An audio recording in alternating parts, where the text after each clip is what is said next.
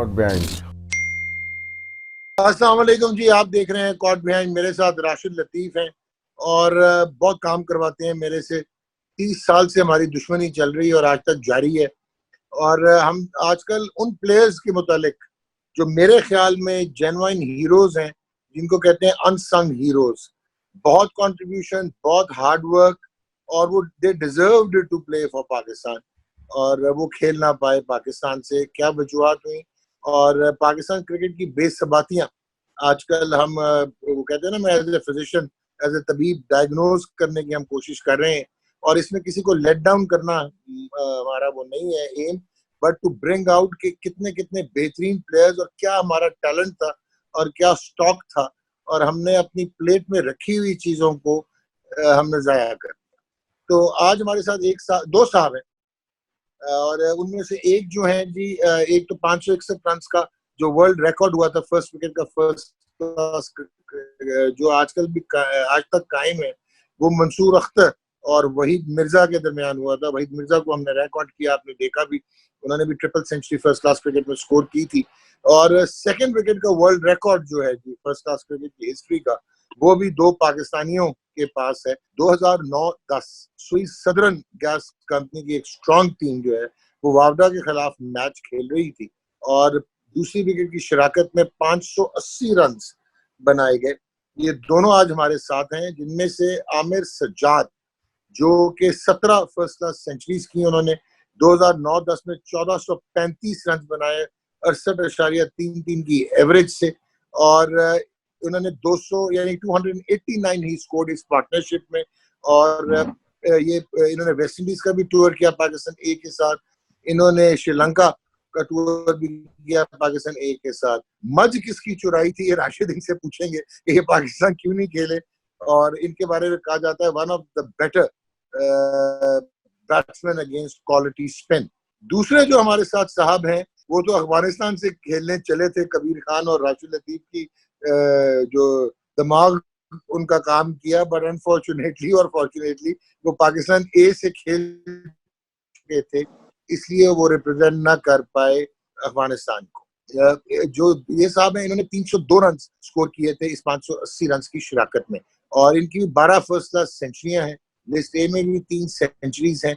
इनकी जो पहली फर्स्ट क्लास सेंचुरी थी वो रेडको की जानिब से थी, 380 पे टीम आउट हुई तो 213 इनका था। ये भी अजीबो गरीब हरकतें करते रहते थे, और इन्होंने वनडे में टूर्नामेंट में, नेशनल वनडे टूर्नामेंट में 425 रन स्कोर कर डाले थे और 3 मुतवातर सेंचुरियां की। फिर भी ये वनडे ना खेले, बट लकीली आमिर सजाद से इस तरह बेहतर रहे कि इनको पाकिस्तान का कलर मिला, और इन्होंने 3 T20 इंटरनेशनल्स खेले इंग्लिस्तान के खिलाफ 2015 में। रिफतुल्लाह मेमन हमारे साथ होंगे, और अब शुरू होते हैं जी। राशिद भाई इजाजत दें, जरा आमिर सज्जाद की तरफ चल। सर बिल्कुल इजाजत है आमिर सज्जाद की तरफ, और ये फेवरेट प्लेयर रहे हैं, एक उधर डोमेस्टिक के फेवरेट प्लेयर जिनको देखने में जी मजा आमिर भाई। जी अस्सलाम वालेकुम डॉक्टर साहब, राशिद भाई अस्सलाम वालेकुम। वालेकुम अस्सलाम। वालेकुम सलाम। कितनी खालिश है आमिर पाकिस्तान ना खेलने की, क्या वजह थी, कितनी मज चुराई सी तुसी? डॉक्टर साहब खलच तो किसी पे नहीं थी और ना ही है। खलच तो ऐसे लगता है कि जैसे इंसान को अपने आप से ही होती है कि शायद कोई मुझ में ही कमी होगी कि मैं नहीं खेल सका, क्योंकि शायद मैं पीसीबी के म्यार पे पूरा नहीं उतर रहा था, जो उन्होंने मुझे चांस नहीं दिया। लेकिन जब ये देखते हैं डॉक्टर साहब, ये प्लेयर्स जो अभी आ रहे हैं या जो खेल चुके हैं, उनको देखते हैं तो फिर दुख होता है कि हम पता नहीं क्या, कोई कौन सी चीज थी जो मुझ में मिस थी कि मैं नहीं खेल सका, मुझ में कमी थी अच्छा या कोई। आमिर, वो आपकी कमी किसी एक साबित फर्स्ट क्लास क्रिकेटर ने मुझे बताई। मैंने पूछा ये आमिर सज्जाद क्यों नहीं खेलता, सिलेक्ट क्यों नहीं होता? उन्होंने कहा इसकी फर्स्ट क्लास में एवरेज 40.66 है, अगर इसकी 2 सेंचुरी और 20 की एवरेज होती है पाकिस्तान खेल जाता जी। डॉक्टर साहब ये तो आपको पता चला, अगर मुझे पता होता तो मैं खैर शायद 20 से भी कम आ जाता, 15 पे आ जाता। अगर ऐसी बात लेकिन थी। क्या हुआ, क्यों नहीं खेले? 2009-10 में 1435 रन करके भी क्यों नहीं खेले आप? जी डॉक्टर साहब, मुझे उस वक्त मेरे बड़ा अच्छा टाइम था, बड़ी अच्छी फॉर्म में था, और मुझे बड़ी उम्मीद थी अल्लाह के घर पे कि मैं इंशाल्लाह खेलूंगा और नहीं खेल सका। इसकी वजह मेरे सामने अभी तक मुझे इसकी समझ नहीं आई कि मैं क्यों नहीं खेल सका। और मैंने तो यही सुना था कि प्लेयर जब परफॉर्म करता है, फॉर्म में होता है, तो उसको खिला देना चाहिए। और यही एक उम्मीद थी, यही एक तवक्का रखते थे, घर वाले भी यही सोचते थे, मुझे भी यही एक आस में थी कि अल्हम्दुलिल्लाह मैं अच्छी फॉर्म में हूँ तो मुझे खेलना चाहिए और इनको खिला देना चाहिए। लेकिन अनफॉर्चुनेटली कि मैं नहीं खेल सका। और इसकी खलल की बात है तो फिर सुना है आपके साथ वादे बड़े किए गए थे कि हम न्यूजीलैंड ले जाएंगे, हम इंग्लैंड ले जाएंगे, फिर क्या हुआ? जी जी बिल्कुल वादे किए थे। मुझे बुला के भी वादे किए गए कि जी हम आपको इंग्लैंड के खिलाफ जो है वो खिलाएंगे। फिर वहां से इन्होंने रिजेक्ट किया, कहते हैं जी कि कंडीशन के हिसाब से हम आपको न्यूजीलैंड लेके चलेंगे। न्यूजीलैंड के भी फिर वो वादे किए गए, वो पूरा नहीं किया गया, वहां से भी फिर इनकार किया। और उसके बाद फिर ऐसा नजरअंदाज किया गया कि ऐसे था कि जैसे आमिर सजाद नाम का कोई प्लेयर है ही नहीं। अच्छा, आपसे बेहतर मोहम्मद अयूब डोगर रह गया, एक मैच खेल गया है। जी बिल्कुल डॉक्टर साहब, ऐसे ही है। रफत मेमन साहब, रफत भाई कैसे हैं आप? वालेकुम अस्सलाम। रफत भाई, एक वर्ल्ड रिकॉर्ड हो, उसके बाद फर्स्ट क्लास में ट्रिपल सेंचुरी हो, 12 सेंचुरियां हो, 3 मुसलसल सेंचुरियां की हो नेशनल वनडे टूर्नामेंट में, और आप पाकिस्तान ना खेले, कैसा महसूस करते हैं रफतुल्लाह मेमन? टेस्ट मैच ना खेले आप। शुक्रिया डॉक्टर साहब, और सलाम राशिद भाई को भी। सबसे पहले तो ये भी आप लोगों की बड़ी है कि आप लोगों ने ऐसे प्लेयरों को भी आप याद कर रहे हैं, क्योंकि जैसे आपने कहा उनको पाकिस्तान खेलने का टाइम पे पाकिस्तान नहीं खेल पाते तो बाद में कौन याद करता है, तो ये भी बड़ी आप लोगों की है। वैसे खलिश तो होती है क्योंकि एक बंदे ने अपनी पूरी जो लाइफ की कमिटमेंट होती है वो एक तरफ उसने पूरा किया होता है, फैमिली को छोड़ देता है, भाई बहन की शादियां होती रहती हैं बीच में, सब कुछ छोड़ के वो एक तरफ आ जाता है। तो एंड पे जब वो समझता है कि यार मैं इस काबिल हूँ और मुझे खेलना चाहिए, और फिर जैसे आमिर ने कहा वादे भी होते हैं और नहीं खेल पाता, ये बड़ी सख्त चीज होती है। मैं अपने आप को बहुत ही ज्यादा लकी फील करता हूँ। मैं आपको बताऊं कि मैं जो 3 मैच खेला हूँ तो मैं कहता हूँ यार चलो, मैं किसी को ये तो कह सकता हूँ कि यार मैंने अपने मुल्क के लिए 2-3 मैच खेला है।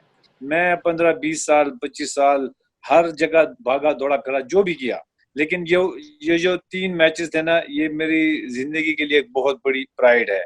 तो मैं तो दुआ करता हूँ कि जो भी ऐसा प्लेयर हो जिसने इतना एफर्ट की हो, उसको कुछ किसी ना किसी लेवल पे पाकिस्तान से खिलाना चाहिए, चाहे एक आध सीरीज ही क्यों ना हो, क्योंकि वो भी जाके आगे जाके उसके जिंदगी का एक मकसद बन जाएगा कि यार मैंने एक चीज खेली है। तो मेरे ख्याल में मैं कुछ बोर्ड्स को देखता हूँ कि जो ऐसे करते भी हैं, जिनकी परफॉर्मेंसेस होती हैं, जिनने अपनी लाइफ दी होती है, वो जो है उसको किसी ना किसी जगह पे एडजस्ट करा ही देते हैं। तो मेरे ख्याल में एक बंदा अगर इतनी एफर्ट करता है तो उसको नहीं चाहिए। रिफत, मुझे आजकल लगता है कि उस्मान शनवारी भी सोच रहा होगा कि अफगानिस्तान से खेल जाता। तो ये 2009 में आप अफगानिस्तान चले थे आईसीसी वर्ल्ड T20 क्वालिफायर खेलने, और फिर वो सुना था कि आप उनकी टीम में भी आ गए थे बल्कि, और कबीर खान और राशिद लतीफ वहां पे मौजूद थे, और फिर आप ना खेल पाए। वो क्या स्टोरी है? बेसिकली तो मैं इन्हीं को देख के जाने के लिए तैयार हुआ था, क्योंकि अफगानिस्तान हमने देखा तो नहीं था, हमने तो इन्हीं को देखा था। तो जब हमने देखा कि यार ये लोग हैं जो इतने केयर करने वाले लोग हैं, जो समझने वाले लोग हैं, अगर वो कहते हैं कि यार यहाँ पे हमारा अच्छा हो सकता है, भला हो सकता है, तो हम वहां से खेल लेंगे। लेकिन ये था कि उस टाइम भी हमें, जैसे डेरेक नैनस प्लेयर था, ऐसे ही 1-2 और प्लेयर थे कि जो 2 डिफरेंट कंट्रीज से खेल रहे थे। तो मेरे जहन में यही आया कि यार आप खेल सकते हो, ऐसा कोई रूल होगा कि तभी ये लोग 2-2 इंटरनेशनल कंट्रीज से खेल रहे हैं। तो फिर मैंने उसको हाँ कर दिया था, लेकिन आगे जाके पता चला कि फिर मैं नहीं खेल सकता था, तो उस रूल का मुझे पता नहीं था। जी, अपना आमिर सजाद ने वैसे कहा था कि आप कप्तान हो जाते अफगानिस्तान। डॉक्टर साहब, जितने ये इनकी माशाल्लाह फिटनेस है, ये अफगानिस्तान में सही बात है, अगर होते तो ये वहां से कैप्टन होते। आमिर सज्जाद साहब और रिफतुल्लाह दोनों, ये तो बातें होती रहेगी, लेकिन जो वर्ल्ड रिकॉर्ड किया, और आपको पता होगा कि पहली विकेट की शराकत का पाकिस्तान के पास है, सेकंड विकेट का भी पाकिस्तान के पास है, फोर्थ विकेट का भी पाकिस्तान के पास था, जो खालिद इर्तजा और मोहम्मद असलम ने यूनाइटेड बैंक से खेलते हुए या कराची से खेलते हुए बनाया था। तो ये रिकॉर्ड जब बन रहा था तो दोनों जो पिच पे हो गए, बातें क्या हो रही थी, और आप लोगों को पता था कि वर्ल्ड रिकॉर्ड होने जा रहा है। जी राशिद भाई, जब स्टार्ट हुआ था उस वक्त तो कुछ इल्म नहीं था, क्योंकि हमने भी तकरीबन 2 दिन फील्डिंग ही की थी। तो फिर हमें जो मैसेज मिला था कि यही है कि यार 2 दिन आप बैटिंग करो, और ये जो है ना लीड का मैच होगा, तो आप लोग कोशिश करें कि लीड लें, और अगर हम जल्दी आउट हो गए तो फिर मैच जो है वो बचाना मुश्किल हो जाएगा अगर हम फॉलो ऑन हो जाते हैं। तो फिर प्लान जो था कोचेज का यही प्लान था कि जी आप खेलो 2 दिन, और अपनी बारी लो, जितना भी कर सकते हो करो, यही प्लान लेके गए। और जब स्टार्ट किया तो फिर कोई समझ नहीं थी कि हम क्या करने जा रहे हैं, क्या हो जाएगा। यही था कि अपनी बारी ले, और बारी लेते गए लेते गए लेते गए। एक टाइम पे फिर ऐसे आया कि मैसेज आया हमें, जब रिफत भाई वो थे ओपन पे थे, ये मुझसे काफी आगे थे। तो रिफत भाई ने पहली डबल सेंचुरी कर ली हुई थी, तो मैं पीछे था। जब मैंने डबल सेंचुरी क्रॉस की थी तो उस वक्त बाद में मैसेज आया कि जी आप लोग जो है ना कोई कारनामा करने जा रहे हैं, तो लगे रहे।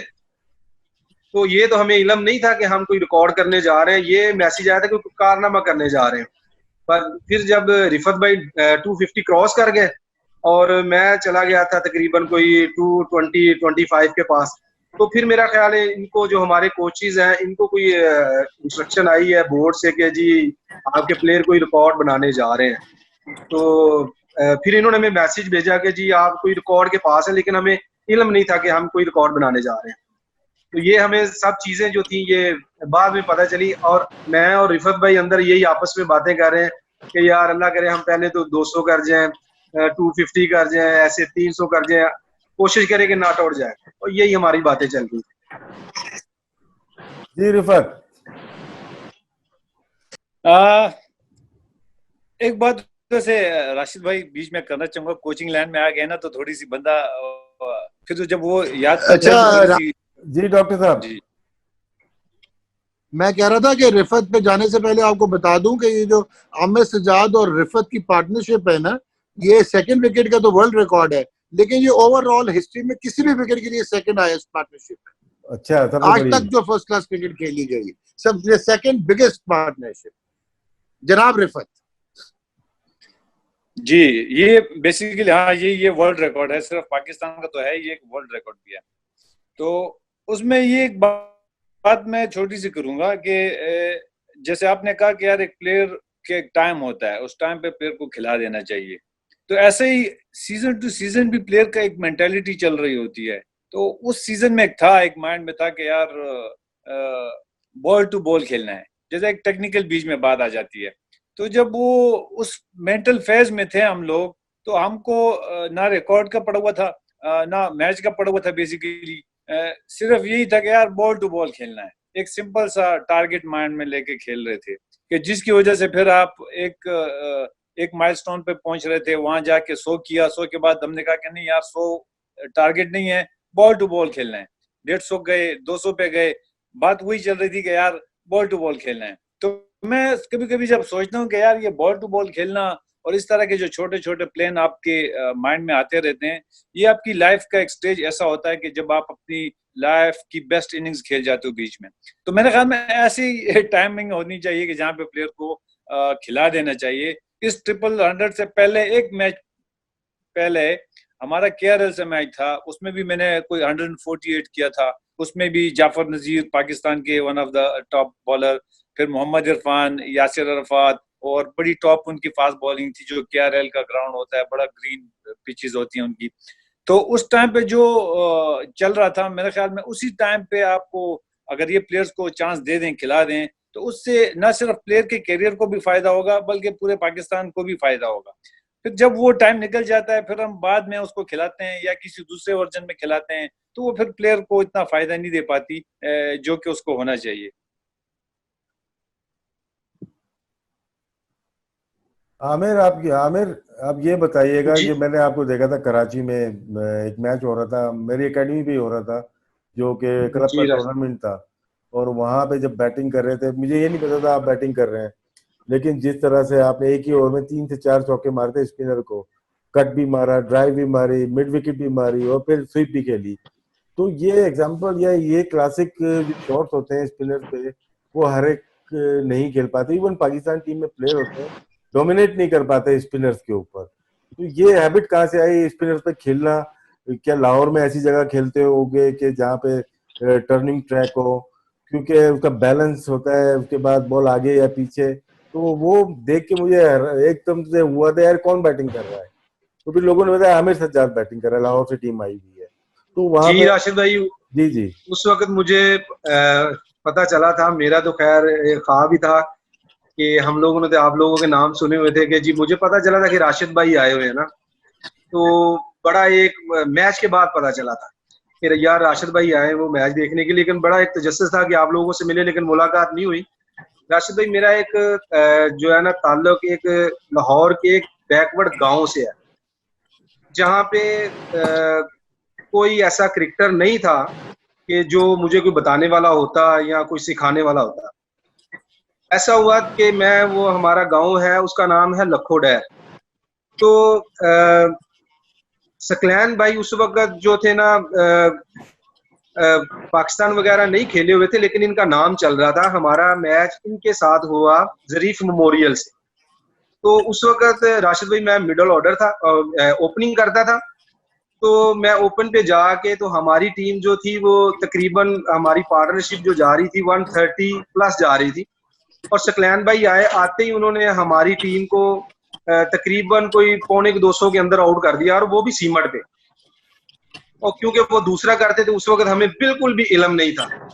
उस वक्त जो हमारे क्लब के जो कोच वगैरह थे, उन्होंने कहा कि आपको स्पिनर खेलने के लिए बहुत मेहनत करनी पड़ेगी।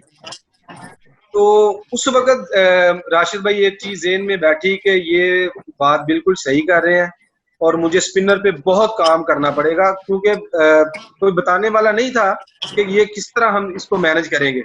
तो राशिद भाई आपको पता है कि गाँव में विकेटें वगैरह अच्छी नहीं होती, प्रिपेयर नहीं बनी होती, वो ऐसे ही रड़े ही होते हैं। तो फिर हमारे जो साथ, मेरे साथ जो कलीग थे जो क्लब में आते थे, मैं उनके साथ काफी वहां पे रड़े पे प्रैक्टिस करता था, स्पिन के अगेंस्ट द स्पिन खेलना। फिर वो टीवी पे मैच देखते थे, वहीं से सारा कुछ मैं देखता था और सीखता था कि स्पिनर पे कैसे काम किया जाए, कैसे मैं इसको मैनेज कर सकूंगा। फिर मैंने राशिद भाई वहां पे जो है ना बहुत मेहनत की अगेंस्ट द स्पिन, और स्पिनर के खिलाफ, लेग स्पिनर के खिलाफ, लेफ्ट आर्म स्पिनर के खिलाफ। और ज्यादा टाइम आपको पता है रड़ों पे वो थोड़ा से ऐसे बॉल मारते तो वो कितना ज्यादा ब्रेक हो जाता था, और मुझे स्पिनर खेलना बहुत ही आसान लगता था। तो यही मेरा एक था कि कामयाबी थी इसमें कि मुझे स्पिनर खेलना बहुत आसान लगता था। अच्छा रिफत भाई, आपसे मेरा एक सवाल है कि आप वापडा से खेले और बीच में आप हबीब बैंक चले गए, और फिर आप हबीब बैंक छोड़ के और वापडा में दोबारा आ गए, तो ये क्या वजह थी? कोई पाकिस्तान खेलने के चांसेस आप वापडा में कम देख रहे थे और हबीब बैंक में ज्यादा देख रहे थे, और फिर हबीब बैंक क्यों छोड़ा? जी बिल्कुल, ये मेरे ख्याल में ज्यादातर हमारे पाकिस्तान में ये चीज बहुत मैटर करती है कि आप अगर कोई ऐसे डिपार्टमेंट से या किसी ऐसी जगह से खेल रहे हो कि जहाँ का ज्यादा बैकग्राउंड नहीं है, जहाँ के ऑफिशियल्स इतने स्ट्रांग नहीं है, जो पीसीबी से ज्यादा कनेक्टेड नहीं है, तो आपको चांस कम ही मिलता है। ये हमारे पीछे हुआ है, जैसे आमिर सज्जाद की मिसाल आपके सामने है। तो मेरे जहन में भी यही था कि यार मुझे किसी ऐसे डिपार्टमेंट से खेलना चाहिए कि जहाँ पे मैं थोड़ा हाईलाइट हो जाऊं, सामने आ जाऊं।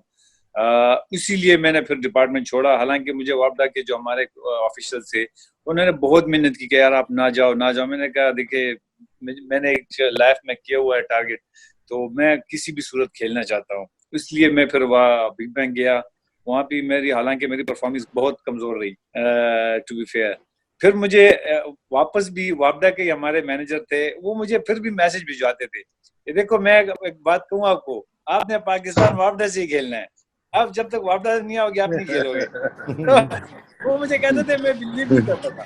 फिर आखिर में जब मेरे माइंड में आया कि यार देखिए अब मुझे बी बैंकिंग से भी चांस नहीं मिला, वापडा से भी मैं इतना खेल गया हूँ, अब वापडा का जो जॉब है वो परमानेंट है, बी बैंक का जो है कॉन्ट्रैक्ट है, इसलिए अब मुझे अपनी फ्यूचर की सोचनी चाहिए। तो फिर मैंने कहा यार मैं वापडा वापस चला जाता हूँ। तो वो मैं प्योरली अपने फ्यूचर के पक्की परमानेंट जॉब के लिए मैं वापडा दोबारा गया। लेकिन वहीं पे फिर मेरे ये जो मेरे बड़े बड़े रन शुरू हो गए दोबारा, ये वर्ल्ड रिकॉर्ड भी वहीं पे बना और फिर वहीं से मैं वहाँ खेल भी गया वापडा में जब था मैं। इफ़त भाई जी के आने राशिद से भाई। वर्ल्ड रिकॉर्ड बनना था। जी दोनों से सवाल एक ही है कि कौन से स्पिनर या फास्ट बॉलर अच्छे लगे, मुश्किल लगे कि यार ये प्लेयर, ये इनको खेलने में मजा आया, चाहे वो इंटरनेशनली पाकिस्तान से खेलने वाले प्लेयर हो या डोमेस्टिक में खेलने वाले प्लेयर हो, कौन सा टफ आपको लगा बॉलर? दोनों से सवाल थे मैं। आमिर भाई आप बताएं। जी राशिद भाई, स्पिनर तो कोई भी आता था तो जब भी आना तो मेरे लिए बड़ा वो मुझे आसान लगता था कि मैं कहता था कि चलें शुक्र है स्पिनर आ गया, इस पे रन्स जो हैं वो मेरे लिए निकालने आसान हो जाते थे। और फास्ट बॉलिंग में राशिद भाई जब मैं एंटर हुआ था तो उस वक्त फजल अकबर, शाह नज़ीर और सरफराज था, वो सैफी हमारा जो वापडा का वो सियालकोट से था। तो ये जो फास्ट बॉलर थे ये मुझे इनके लिए प्रॉब्लम होती थी। मुल्तान के वो रऊफ भाई थे, वो थे, ये थे। और जितना तेज बॉलर होता था राशिद भाई मुझे उतना ही वो खेलने में आसान होता था कि ये मैं इसको आसानी से मैं खेल लूंगा। और फजल अकबर भाई जो थे वो मुझे जब आता था मैं तो वो मुझे मुझे तंग करते थे। और स्पिनर कोई ऐसा नहीं था कि मुझे मैं समझता कि मुझे कोई परेशान करता हूँ। शुएब अख्तर को खेले आप, समी को? जी डॉक्टर साहब 2004-05 में हमारा सेमीफाइनल हुआ था कजाफी स्टेडियम में जो लाइव था। शुएब भाई मेरा फर्स्ट टाइम उनके सामने फेस हुआ था और मैंने माशाल्लाह 125 किया था नॉट आउट अगेंस्ट शुएब भाई के। ओके, बस इससे ज्यादा नहीं पूछना। जी रफत भाई, यही राशिद का क्वेश्चन। मैं तो यही कहूंगा कि जी देखें क्रिकेट में तो हमारे जो डोमेस्टिक पीछे गुजरा है उसमें तो राशिद भाई खुद भी जानते हैं, हर बॉलर जो था हर टीम में एक दो बॉलर ऐसे होते थे, चाहे आप जाफर नजीर ले लें, अब्दुल रऊफ ले लें, फजल अकबर का नाम लिया उन्होंने, हर टीम के पास टॉप में एक दो बॉलर ऐसे होते थे कि जिसको आप किसी भी टाइम पाकिस्तान खिला दें। और फिर उस पे सोने पे सुहागा, जो हम पीछे 10-12 साल क्रिकेट खेले उसमें तो 2 दिन में मैच भी खत्म हो जाता था। तो उस टाइम पे ये बॉलर तो थे ही थे, इसके साथ कोई भी बॉल पकड़ता था वो आके स्लिप लगा के वो ज्यादा मुश्किल होता था। लेकिन बात हुई कि हाँ, लेकिन जो सबसे कम्पिटिटिव लगा, सबसे मुश्किल इसमें स्पिनरों में मैं कहूंगा अगर आप उसको आप डिफेंस पे जाते उसको तो दानिश क्रिया बड़ा तंग करता था। जब आप उस पर अटैक करते तो थोड़ा आपको फिर भी बैकफुट पे हो जाता, नहीं अदरवाइज वो आपको बहुत तंग करता था डिफेंस में खेलने में। दानिश किनरिया वो बड़ा स्ट्रॉन्ग स्पिनर था हमारे पास। और दूसरा जो था फास्ट बॉलर में शुएब अख्तर, शुएब भाई को तो मैं जब खेल रहा था तो एक मैच में उनको 1-2 चौके लगे, पहले ओवर में आए, 2-3 ओवर करके वो बाहर चले गए, थोड़ी देर बाद वापस आए तो मुझे कहता है पठान अभी हमारा तुम्हारा मैच है। डायरेक्ट उन्होंने मुझे ऐसे ही कहा। और फिर उसके बाद जो उन्होंने बॉलें शुरू कर दी, एक आध बॉल उन्होंने की, मैं सिर्फ उसको देखते ही रह गया, वो पीछे चला गया। तो शुएब भाई ने आके मुझे कहा कि बॉल नजर आया, तो जब मैंने पीछे देखा पीछे कीपर ने भी छोड़ा हुआ था, तो मैंने उनको डायरेक्ट कहा शुएब भाई मुझे छोड़े, पीछे कीपर को देखे उसने भी नहीं पकड़ा। पीछे कीपर ने भी छोड़ दिया वो बॉल। तो कुछ बॉलर जैसे थे वो तो इसकी तो मेरे ख्याल में मेंशन करना ही नहीं, शुएब भाई तो ऐसे बॉलर थे कि जो बड़े मुश्किल बॉलर थे। तो ये कुछ बॉलर थे हमारे। जी डॉग एक सवाल पूछना चाहूंगा, जरा ट्रिकी है, वापडा के लिए दोनों साथ थे, ये मोहम्मद आसिफ और सलमान बट की वापसी वापडा में हुई और अभी तक वो वापडा से मुंसलिक है, तो कैसा लगा है वो एडजस्ट किस तरह से हुए टीम में? और आप लोगों के ऊपर भी प्रेशर तो आया होगा, वो किस तरह से आप लोगों ने मैनेज किया? आमिर भाई मैं कहूँ आप कहते हैं? जी कहें रिफत भाई, आप बोले। असल में सलमान भट्ट तो देखें वो तो एक ऐसा एजुकेटेड बंदा था कि, और फिर वो जिस मुश्किल से वो आया उसको पता था कि मैंने कैसे एडजस्ट होना है, तो उसको तो बड़ा टफ सिचुएशन गुजार के जब वो आया तो उसने अपने आप को एडजस्ट कर लिया था। मोहम्मद आसिफ, अब मैं उनके बारे में क्या कहूँ, वो जैसे गए थे वैसे वापस आए हैं। ठीक, बहुत राशिद भाई, ये सलमान भाई का हमारे साथ तो ये था कि मैं उनके साथ लाहौर से क्रिकेट भी खेला हुआ था, और दूसरा क्लब क्रिकेट हमारी जो होती थी तो उसमें भी हम अगेंस्ट हमारे मैचेस वगैरह होते रहते थे, तो उनके साथ हमारा पहले ही था थोड़ा सा मिलना जुलना था। इसीलिए वो जब आए थे तो ना हमें कोई प्रॉब्लम हुई ना उनको कोई प्रॉब्लम हुई, और वो जिस तरह रिफत भाई ने बताया कि वो एजुकेटेड है, और साथ में जब वो आए थे तो उनको क्रिकेट की बहुत ज्यादा भूख थी, और वो सलमान भाई ने कोशिश की कि मैं सब प्लेयरों के साथ घुल मिल जाऊं, क्योंकि हमारे जो वापडा के प्लेयर हैं वो ज्यादा लाहौर पंजाब की तरफ से हैं, तो वो उनके साथ जो था मिलना जो था वो बिल्कुल ऐसी था जैसे कि वो इतना गैप नहीं है, तो एकदम से वो एडजस्ट कर गए। अच्छा, मोहम्मद आसिफ की बॉलिंग तो देखी होगी। दो दो सवाल हैं दोनों के साथ डॉक्टर, इसके बाद आप कीजिएगा। एक नहीं, आप बोले। जुल्फकार बाबर की बॉलिंग जो आपके लिए एक मैच हुआ था, शायद आप लोगों को याद हो, 2 साल पहले यहाँ पे डायमंड ग्राउंड पे, जहाँ पे एक दिन में 20-24 विकेटें गिरी थी और फास्ट बॉलर ने ली थी, लेकिन अकेले 6 इसने आउट कर दिए जुल्फकार बाबर ने। और उसमें आसिफ आसिफ वापस आने के बाद कैसा बॉलर रहा, सेम वो जो छोड़ के गया था उस पर, या अभी पेस कम हो गई तो कैसा मैनेज किया उसने as a bowler? As a character छोड़ दें, एज ए बॉलर कैसे मैनेज किया उसने? जी राशिद भाई, जुल्फकार बाबर तो खैर ऐसा स्पिनर अभी तक पाकिस्तान में नहीं है जितनी वेरिएशन और वैरायटी उसके पास है, और आसिफ भाई की तो खैर वो तो वर्ल्ड क्लास बॉलर है। जिस तरह मेरा ख्याल है कि उन्होंने छोड़ा था वैसे के वैसे ही थे, सिर्फ उनको जो प्रॉब्लम आ रही थी वो उनकी फिटनेस की प्रॉब्लम थी। मेरा ख्याल है कि जिस तरह पीसीबी दूसरे प्लेयर्स पे काम करता है, अगर आसिफ पे भी थोड़ा सा काम करता तो वो मेरा ख्याल है कि वो उसी लाइन पे और उसी ट्रैक पे ही होता। उसको सिर्फ जो प्रॉब्लम आ रही थी वो सिर्फ उसको फिटनेस की प्रॉब्लम आ रही थी, क्योंकि उसकी फिटनेस नहीं थी। बाकी जो उसका बॉलिंग का एरिया था वो वहीं पे ही था जहां पे उसने छोड़ा होगा, क्योंकि वो स्विंग भी वैसे ही कर रहा था और पेस भी तकरीबन उसकी उतनी ही थी, पेस पहले भी नहीं थी, 130 के पास वो बॉल करता था और उसका एरिया वही था। हम उसको यही कहते थे कि आसिफ भाई यार आप अभी भी सोए हुए उठ के आते हैं तो उसी जगह पे आके बॉल करते हैं, सिर्फ आप अपनी फिटनेस पे काम कर लो तो आप इंशाल्लाह अभी भी पाकिस्तान में वापस आ जाएंगे। जी रिफत। राशिद, इन दोनों के होते हुए एक मैंने आपसे सवाल करना है। अभी जिस तरह बताया आमिर ने, अगर आसिफ को पीसीबी बेहतर हैंडल करता और मोटिवेशन नजर आती कि वो भी दोबारा पाकिस्तान खेल सकता है, तो आप समझते हो कि वो फिटनेस पे तवज्जो देता? जिस तरह आमिर बता रहा है वो तो ऐसे लग रहा है ना कि दिल छोड़ गया और अपने टैलेंट पे गेम कर रहा था।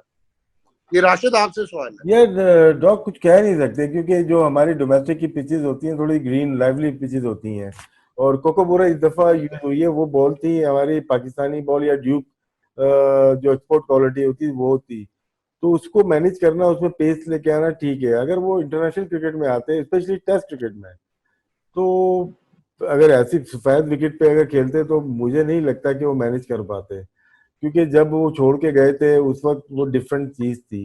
हाँ, ग्रीन विकेट जैसे हमें 2 टेस्ट मैच जब न्यूजीलैंड में खेले थे, जहाँ आपके इरफान खान और इमरान खान और जो सोहेल खान को कहा था कि तीसरा स्पेल नहीं कर पाते, तो वहां पे आसिफ को आप खिला सकते थे। तो होता यही है डॉग के जो मनपसंद प्लेयर होते हैं उनके ऊपर आप काम करते हो।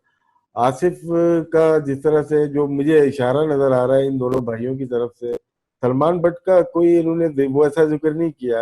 एटीट्यूड एज ए प्लेयर वो जबरदस्त, और अभी भी आपने देखा, आपको भी गवाह है, लेकिन आसिफ का मेरे ख्याल से इश्यूज है अभी तक, जिसकी वजह से मे बी पीसीबी ने अवॉइड किया हो।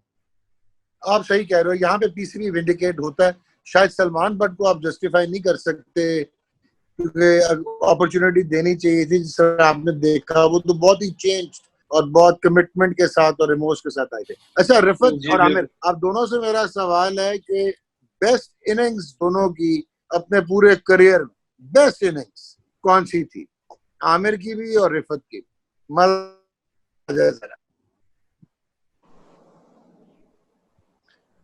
बताएं आमिर भाई। जी डॉक्टर साहब, ऐसे तो इनिंग्सें काफी हैं। हमारा एक मैच हो रहा था डायमंड पे, तो हमने चेज करना था 90 समथिंग। तो हमारे वो तकरीबन कोई 30-35 पे 6-7 आउट हो गए थे। तो उसमें मैंने 45 किया था। डायमंड की ग्राउंड विकेट आपको पता है कि वो टॉप ग्रीन की विकेट होती है, उस पर रन करना आसान नहीं होते। तो उसमें मैंने एक बड़ी पेशेंट वाली इनिंग्स खेली थी। 45 मैंने नॉट आउट किया था। ज्यादा तो नहीं बताना चाह रहा, जिस तरह आपने बताया कि आपकी एवरेज 20 से कम होती तो आप खेल जाते। अब मैं वो रन नहीं गिराना चाहता जो मैंने रेक्टेंगुलर फाइनल में पंजाब की तरफ से किया। 250 मैंने किया। फाइनल में मुझे उन्होंने डायरेक्ट फाइनल पे बुलाया और माशाल्लाह मैंने उधर 250 किया। तो उसमें मैंने डॉक्टर साहब मैंने 45 रन किए थे नॉट आउट। और वो मेरी इनिंग्स ऐसे थी कि जैसे बेस्ट इनिंग्सों में से वो मेरी इनिंग्स आती है। ठीक हो गया जी। रिफत भाई, डॉक्टर साहब मैं वैसे ज्यादा अपनी उसमें नहीं जाता, ज्यादातर अपनी इनिंग्सों का रिकॉर्ड रखना। मैं ऐसे ज्यादा स्टेट्स वाला बंदा नहीं था ज्यादा बार। हाँ फिर भी एक आध इनिंग्स ऐसी थी मेरी जो मैं वापडा के लिए खेला, जिसमें हम कोई ZTBL के खिलाफ कोई 250 के अराउंड चेज कर रहे थे। उसमें मैं ओपनर गया हुआ था, फिर लास्ट 9 आउट थे और कोई 20-25 रन रह गए थे कि 2 आखिरी विकेट पे फिर मैंने पूरे किए और फिर नॉट आउट वापस आया। तो ऐसी एक आध इनिंग्स मुझे जो है बड़ी अच्छी थी ये। और जो वर्ल्ड रिकॉर्ड वाली इनिंग्स है ये तो खैर भूल ही नहीं सकता। आमिर अच्छा, आप जी डॉक्टर नहीं आमिर आप आप करें आप। आमिर आपने पाकिस्तान ए का भी टूर किया। कौन कौन कौन से प्लेयर उस टीम में शामिल थे जो कि लगता है यार इनकी जगह तो मैं खेल सकता था?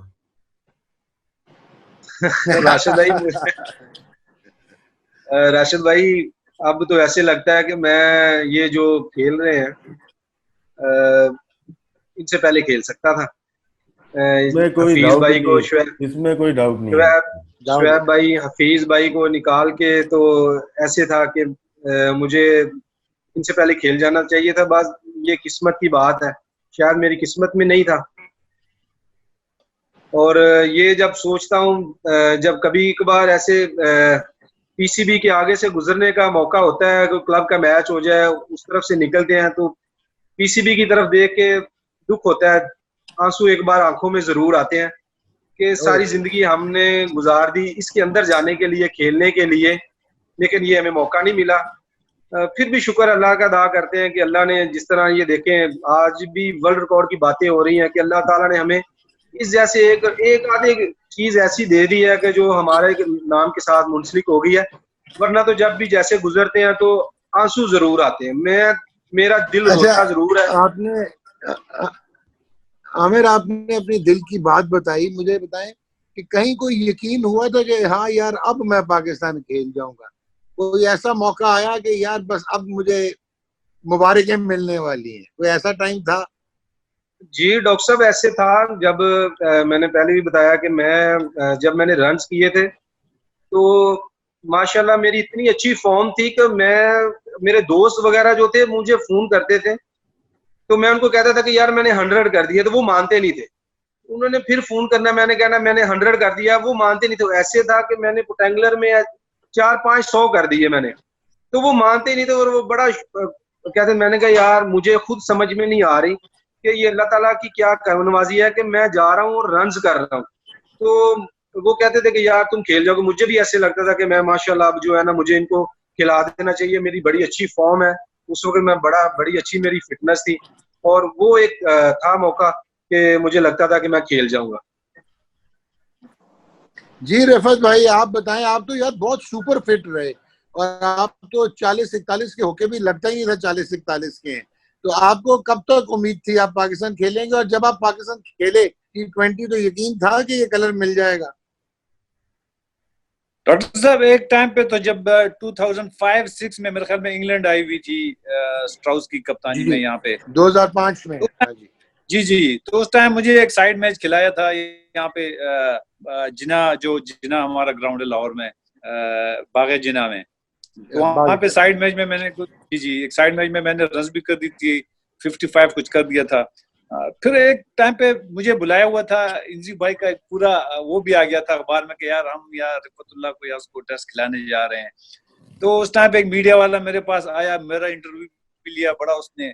तो मैंने जाकर रात को, यूनुस भाई भी साथ में दूसरे रूम में थे, तो मैंने कहा यार यूनुस भाई अखबार वाले ने तो मुझसे बड़ा इंटरव्यू लिया है कि यार तुम जो है टेस्ट खेल रहे हो। मैंने कहा, यूनुस भाई ने कहा देखो तुम उसे कहो कि यार अभी ना छापो।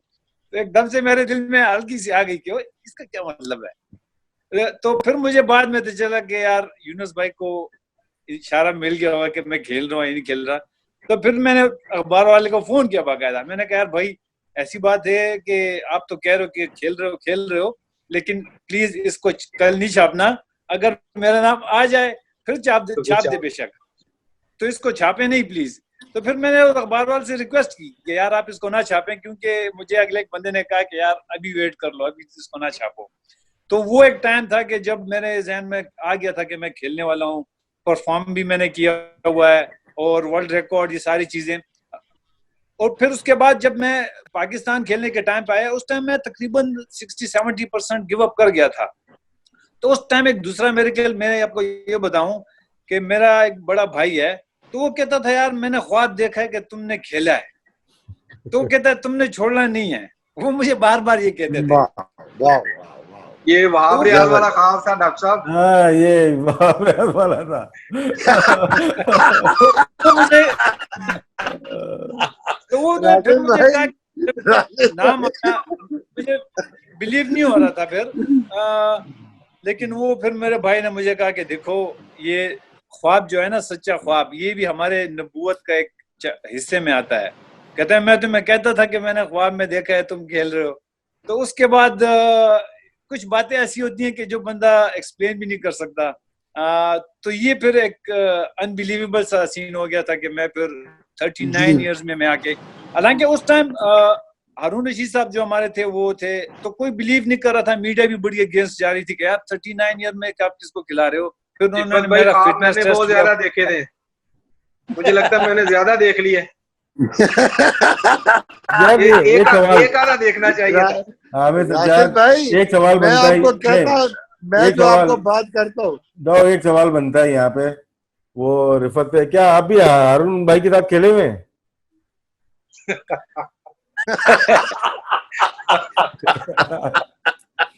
नहीं, मैं हारून साहब भाई के साथ तो नहीं खेला, लेकिन मैं आप लोगों के खिलाफ खेला था पेशावर स्टेडियम में। अगर आपको याद हो, जब आप पेशावर में एलाइट बैंक की टीम खेलने आई थी।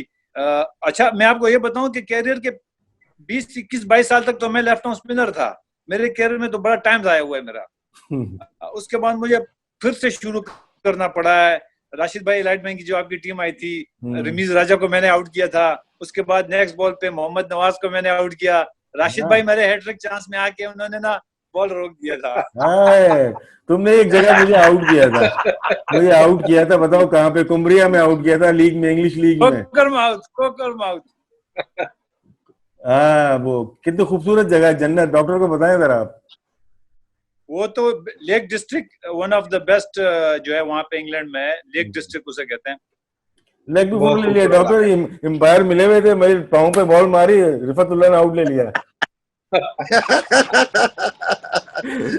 अच्छा जी, अब आपने राशिद भाई वाइंड अप की तरफ जाना है। वाइंड अप अभी नहीं है, एक सवाल और पर पूछना है यार रिफत, आपको ना, आपको चाय का शौक क्यों नहीं है यार? आप जो कमरे में चाय आती है आप बाहर फेंक देते हो उठा के। चाय असल में वो मेरा गोरा, मुझे जब मैं इंग्लैंड में खेलता था तो मुझे इंग्लिश उसने समझाई पूरी। कहता है यार जब तुम चाय पीते हो ना तो तुम ये कहा करो, कहता है कि टी स्टिमुलेट्स मी, कि ये मुझे जगाती है। तो वहां से फिर मुझे ये इंग्लिश का लफ्ज भी समझ आया। तो जो चाय जो है ना वो मैं पीता हूँ। एक दफा अच्छा वापडा में आमिर गवाह है कि वापडा में 2-3 दफा जब पानी का वक्फा हुआ है ना, मेरे लिए चाय लेकर आए हैं। राशिद भाई ये तो ऐसे होता था कि इससे रिफत भाई ने आउट होना है और मैनेजमेंट कप्तान वगैरह ढूंढ रहे होते थे कि रिफत भाई किधर है, तो रिफत भाई जो है वो पता चलता था कि वो चाय पीने कहीं खोखे पे गए हुए हैं। इतना क्रेज होता था इनको चाय इनके कमरे में कभी भी जाओ, यूनुस होता था या कबीर होता था, क्या हुआ बना हुआ केतली कमरे में मौजूद होती थी, अभी भी होती होगी। So आपने सुना नहीं, T stimulates him. Lovely. Rashid भाई, जो मैं आपको बात करता हूँ, आपको कितने सारे अब क्लिनिकल केस स्टडीज मिल गई हैं कि ये वाकई बेसबातियां हैं, और मैं इसको जुल्म की इंतहा कहूंगा कि मतलब कई दफा तो होता है ना कि फिट नहीं कर पा रहे होते प्लेयर, जैसे तस्लीम आरिफ के ऊपर वसीम बारी थे, आप और मोइन खेले तो आप या अजहर या रजाक खेले, पर इन लोगों की तो एक टाइम पे अपॉर्चुनिटीज मिलती थी, places were there for the taking, और इनका ना खेलना मेरे तो दिल को बहुत सताता। आप अब इन आखिरी सवाल करें। डॉक, बिल्कुल जिस तरह से स्पेशली आमिर सज्जाद ने डिस्क्राइब किया कि कद्दाफी स्टेडियम के पास से गुजरता है तो आंखों में आंसू आ जाते हैं कि ऐसे कितने एक प्लेयर होंगे जो कि नेशनल स्टेडियम के सामने से गुजरते होंगे, या पिशावर के स्टेडियम में, फैसलाबाद, तो देहातियां तो हुई हैं। आज हम देखें, ये ऐसे प्लेयर थे, ये हमारे जमाने की एक तरह से कह रहे हैं, हमारे जाने के बाद ये इन्होंने फ्लरिश किया और परफॉर्म किया डोमेस्टिक में।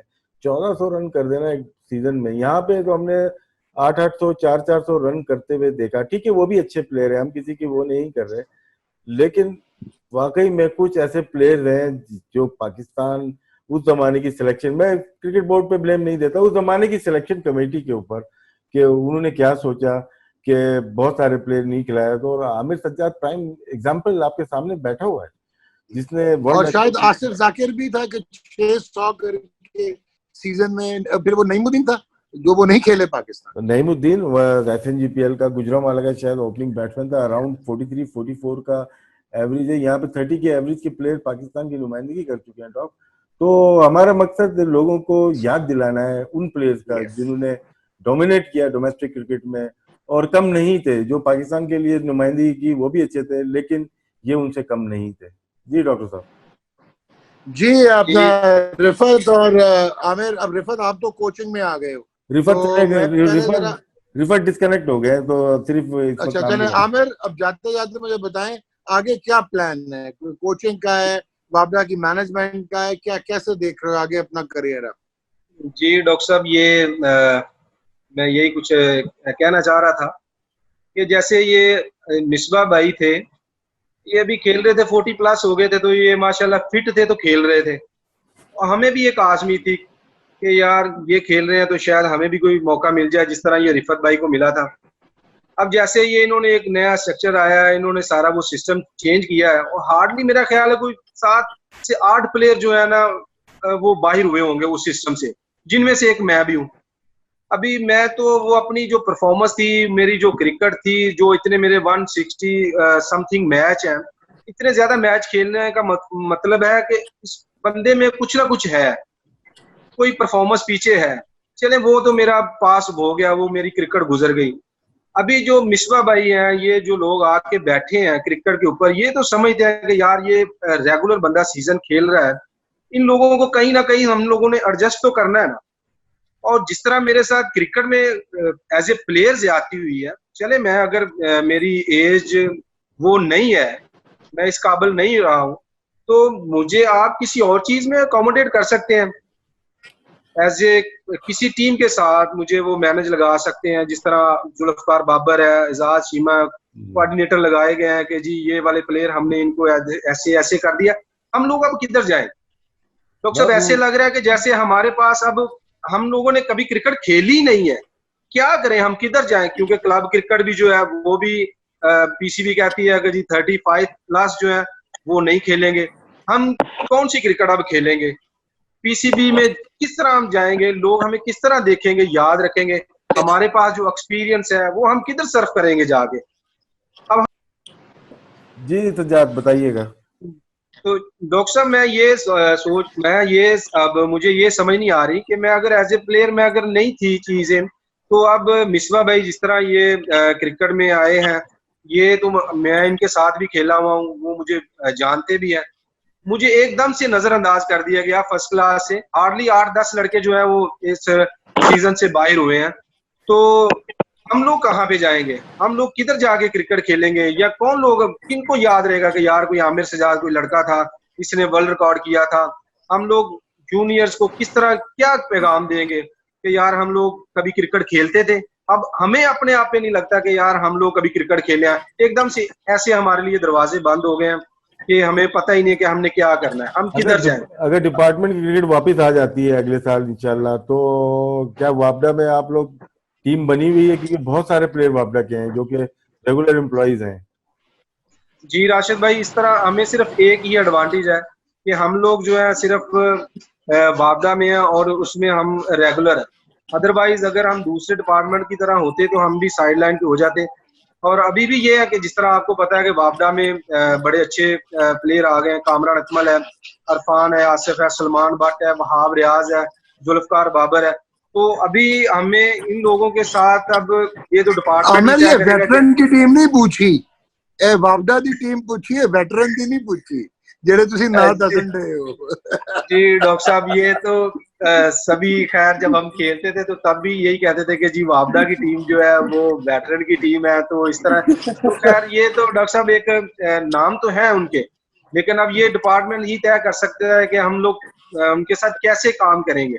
अगर हमें पीसी भी नहीं पूछेगा तो फिर हम किधर जाएंगे। इनको भी पीसीबी का काम भी बनता है, पाकिस्तान क्रिकेट बोर्ड का। जिस तरह ये मिसबा भाई है, यहाँ तो हमें जानते ना, हम लोग कहाँ पे जाएंगे, क्या मैसेज देंगे। खाली बैठ के टीवी पे फिर हम देखा करेंगे मैच, और फिर अपना वो जो क्रिकेट का एक वो होता है उस पे बैठ के आंसू बहाएंगे कि यार हम इनसे अच्छे थे, हम इनसे ये थे, हम लोगों में क्या था क्या नहीं था। तो ये सारी चीजें फिर हमारे लिए एक जिंदगी के लिए वो एक दुख दुख भरी वो दास्तान बन जाएगा हमारे लिए। जाते जाते रफत भाई अब आप बताएं, आप तो पीवी के साथ मुंसलिक हो गए, बट आपको 3-4 महीने ही रहे, आपका कैसा जा रहा है? जबरदस्त जी। ये तो अभी मेरे ख्याल में तो ये राशिद भाई बैठे हैं, इन्हीं लोगों की ये प्लान थी। जो मुझे पिछले उससे तो ये बड़ा अच्छा लगा है, टू बी ऑनेस्ट। देखे अभी तो मैं खेल नहीं रहा, लेकिन मेरे ख्याल में जो कंपटीशन इसमें आई है ये तो वंडरफुल है, जबरदस्त है। क्योंकि पहले हमारे जैसे पिछले साल उसमें 110 लड़के ऐसे खेले थे कि जिन्होंने 1 या 2 फर्स्ट क्लास मैच खेले। 110 लड़के। तो जो हमारी इन क्रिकेटरों के साथ भी ज्यादती है कि जो कि अच्छे परफॉर्मर्स हैं, कि जब इतनी ज्यादा वो क्वांटिटी हो गई थी तो उससे क्रिकेट हमारा थोड़ी सी नीचे आ गई थी। उसमें यह है कि अगर ये विंडो आ जाए हमारे डिपार्टमेंट का कि जिसमें ये जो लड़के हैं ये भी एडजस्ट हो सके, तो ये बड़ा जबरदस्त इनिशिएटिव हो जाएगा। उसके अलावा जो क्रिकेट हो रही है मेरे ख्याल में इससे मुझे लगता है कि बड़ी अच्छे परफॉर्मर ऊपर आ जाएंगे। लेकिन एक बात मैं यहाँ पे करना चाहूंगा, जो मैंने कबीर भाई से भी की थी, कि ये जो अभी देखें हर रीजन की अंडर-13 की टीमें भी हैं। मेरे ख्याल में अंडर-13 और जो 16 की टीम है, मेरे ख्याल में जो पाकिस्तान के जो हमारे टॉप हैं ऊपर बैठे हुए, उनको चाहिए ना कि इन लड़कों पे बहुत ज्यादा नजर रखें। यही एक टाइम है कि इनको यहाँ पे देखें, क्योंकि 3-4 साल के बाद यही लड़के डोमेस्टिक में खेल रहे होंगे। तो मेरे ख्याल में ऊपर जो हो रहा है वो भी हो रहा है, पीएसएल हो रही है, सब कुछ हो रही है। लेकिन ये जो 13 और 16 साल से कम के लड़के हैं ना, इनको जो है अभी से इनकी बुनियाद बना देनी चाहिए, ना कि 4-5 साल बाद हम इनकी टेक्निक ठीक करा रहे हैं। लोग इसमें तो ये तारीफें कर रहे हैं, तो इसको तो साइड पे कर दें, रिफत को तो साइड पे। हाँ, ये साइड पे निकाले। ये फारिग हो गया। ये जो एक दो वाले प्लेयर की मैं थोड़ी सी मिसाल देता हूँ। मैं कराची किंग से मैंने साउथ पंजाब के फास्ट बॉलर के ट्रायल लिए। उनमें से 12-13 बॉलर ऐसे थे जो आराम से फर्स्ट क्लास खेल सकते थे और खेले हुए थे।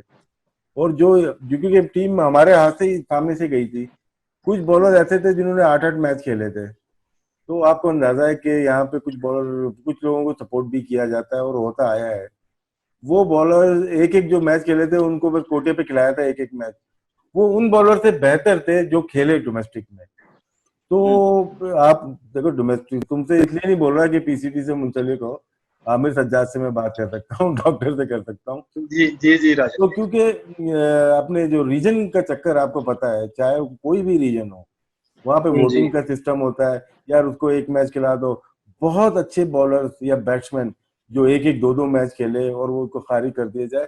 हमारे जो क्रिकेट अगर देखी जाए, हर कोई क्रिकेट खेल रहा है, कराची से पिशावर से क्रिकेट खेल रहा है, उनको मौके कहाँ मिलेंगे? 6 टीम कर दी, मैं मान लेता हूँ, 6 टीमें नहीं, ये 12 टीम है, क्योंकि इसके नीचे भी एक टीम है। जिस टीम के आप कोच हैं वो उसका डोमेस्टिक में रिकॉर्ड नहीं आएगा कि क्या खेला, लेकिन एक्सपेंडिचर देखें तो एक डिपार्टमेंट की टीम से ज्यादा एक्सपेंडिचर लग रहा है।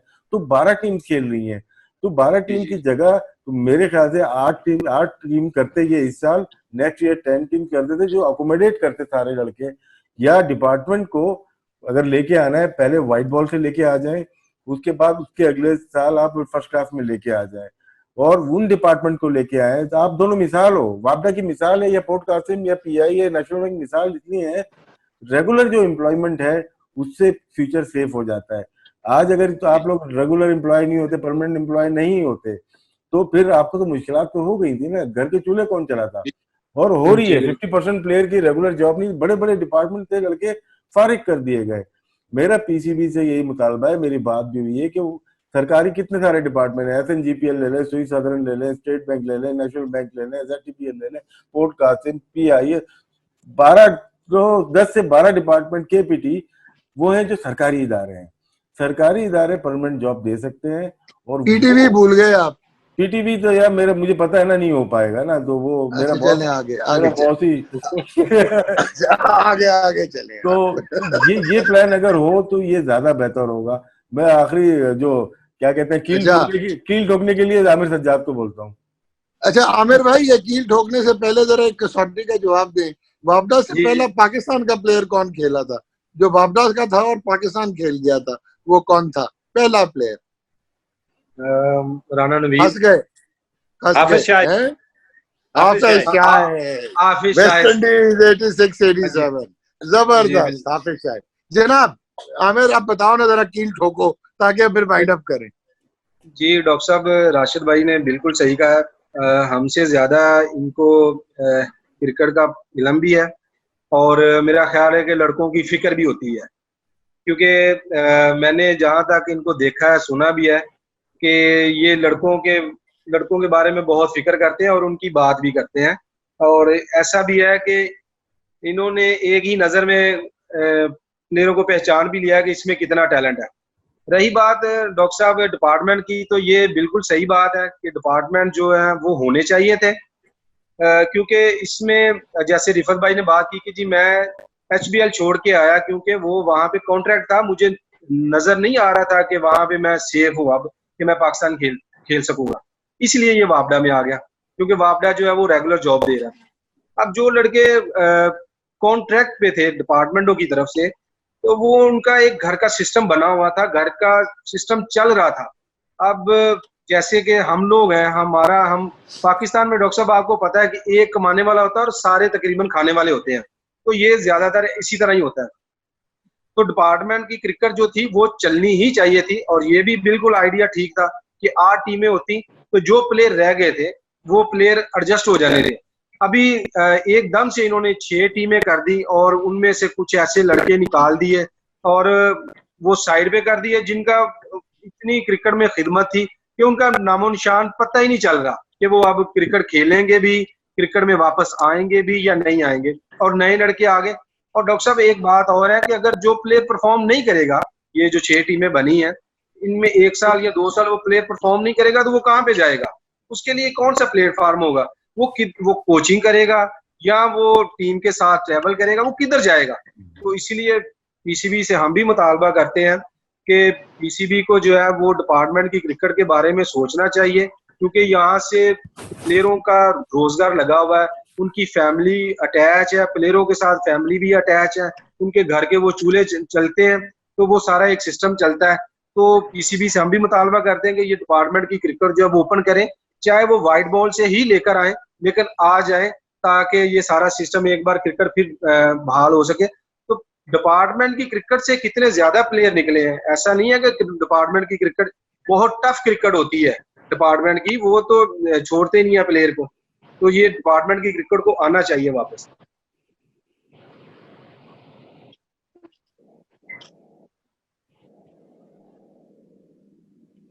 चले, thank you Rifat, thank you Aamir भाई। और जिस तरह राशिद ने कहा जी और आमिर सजाद ने, बल्कि जो भी हैं, चाहे रईस अहमद आए, चाहे आसिफ मुस्तफा आए हमारे प्रोग्राम में, Sajid Ali, at the end of the day देखें ये सारे एक्सपीरियंस प्लेयर्स और इन्होंने अपनी जिंदगियां, वो कहते हैं ना, इस दश्त की स्याही में इन्होंने गुजार दी अपनी जिंदगी। लेकिन आप ये नहीं कह सकते कि डिपार्टमेंट इररिलेवेंट पाकिस्तान क्रिकेट के स्ट्रक्चरल जो हमारे प्रॉब्लम्स हैं। परमानेंट जॉब जैसा राशिद बात करता है, ये तो एक स्टेप फॉरवर्ड है और आज आमिर ने भी इस चीज का इजहार किया। But at the end of the day आप जितना मर्जी रीजनल सिस्टम चलाने की कोशिश करें, जितने मर्जी स्पॉन्सर लेके आए, आपको एक तो तादाद 6 से 8 करनी पड़ेगी टू अकोमोडेट पीपल, जिस तरह राशिद ने कहा। और डिपार्टमेंट को चाहे व्हाइट बॉल में लाएं, लेकिन आपको एक रेलेवेंस उसको देनी पड़ेगी। अदरवाइज आपका बहुत सारा स्टॉक जो अभी खत्म होने वाले हैं, जिनके करियर्स और जो आने वाले हैं, वो बिल्कुल कंफ्यूज हो जाएंगे। Caught behind, caught behind,